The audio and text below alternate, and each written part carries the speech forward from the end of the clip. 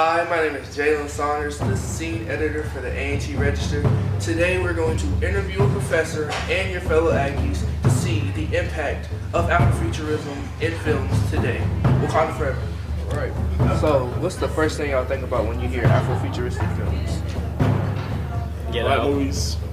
Get Black Out. Lightning, anything with black people in it. Yeah. It's like the main characteristic. Do you have a favorite Afrofuturistic film? Yeah, I think that my favorite Afrofuturistic film will probably have to be Oh, Black Panther. Crazy movie, great for the culture. do you feel like Afrofuturistic films subvert the Western views of Africa and African people as not being a part of the world's future? I actually think it does the opposite.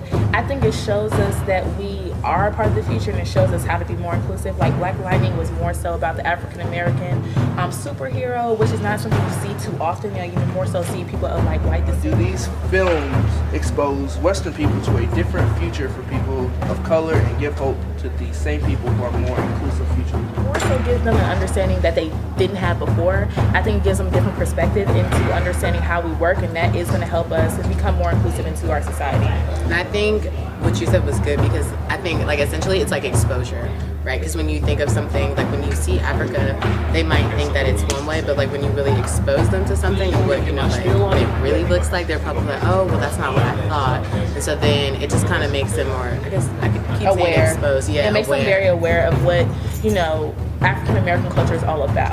They'll never understand completely, but they definitely have to be exposed to it to understand us a little bit and to start including us in things of that nature.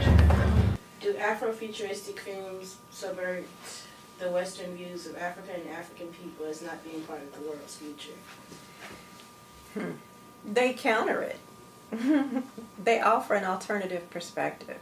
Alternative stories have always been very important for African and African American communities because our stories have never been a part of the master narrative or the mainstream.